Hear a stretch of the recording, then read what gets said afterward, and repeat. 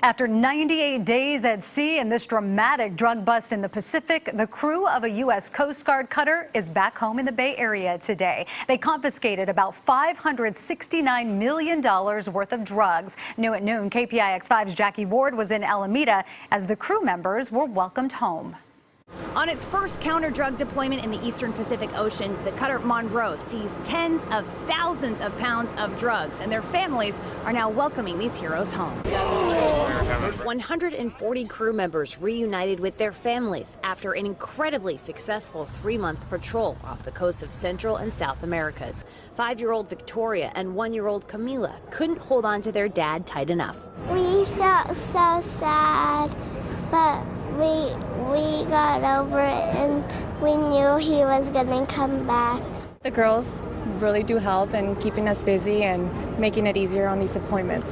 So we're just happy he's back. Their job is intense. As you can see in this GoPro video the Coast Guard took of the seizure of the 45-foot submersible that was stuffed to capacity with 17,000 pounds of drugs and 5 men.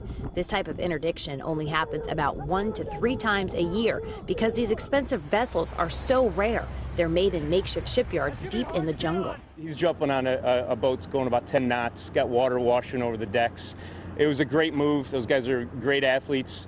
And, you know, they've been working towards this type of takedown, you know, their whole careers. Getting everyone home safely is not an easy feat, but it's a job families like the Sanchez family know is necessary. It's got to get done, so someone has to do it.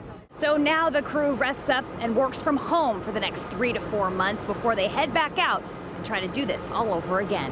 In Alameda, Jackie Ward, KPIX 5. And the drugs offloaded Thursday represent 14 separate drug smuggling vessel interdictions between May and July of this year.